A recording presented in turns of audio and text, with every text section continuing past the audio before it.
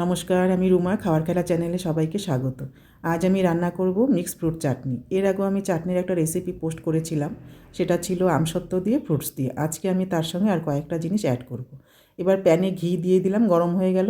দিয়ে দিলাম একটা শুকনো লঙ্কা আর দুটো এলাচ। শুকনো লঙ্কাটা কেন দিলাম বলুন তো? গন্ধটা সুন্দর হওয়ার জন্য। এর কিছুক্ষণ পর কিন্তু আমি লঙ্কাটা উঠিয়ে ফেলে দিব।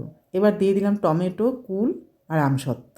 এবার কুলের সিজন, চাটনির মধ্যে দু একটা কুল দিয়ে দিলে কিন্তু খুব সুস্বাদু হয়। এবার এটাকে একটু নেড়ে চেড়ে নিব। সামান্য একটু যখন নরম হয়ে যাবে, এর মধ্যে আমি এইবার কিন্তু আমি লঙ্কাটাকে উঠিয়ে ফেলে দিব, নয়তো কিন্তু চাটনির টেস্টটা নষ্ট হয়ে যাবে, পুরো ঝালটা বেরিয়ে যাবে। শুধু গন্ধের জন্য শুকনো লঙ্কাটা দেওয়া। এবার আমি দিয়ে দিলাম সামান্য পরিমাণ নুন, দিয়ে দিলাম সামান্য পরিমাণ জল।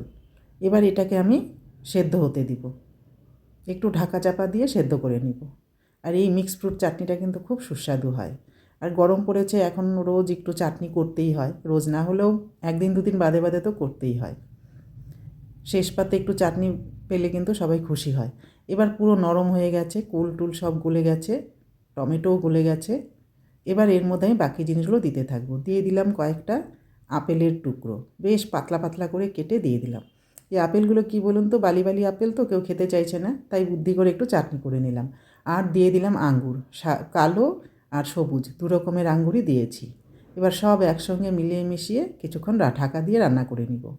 পুরো যখন গলে যাবে, এবার পুরো গলে গেছে, সেদ্ধ হয়ে গেছে সব জিনিস, এর মধ্যে আমি পরিমাণ মতো চিনি দিয়ে দিব। বেশ অনেকটাই চিনি দিতে হবে, কারণ চাটনি কিন্তু বেশ অনেকটাই করছি।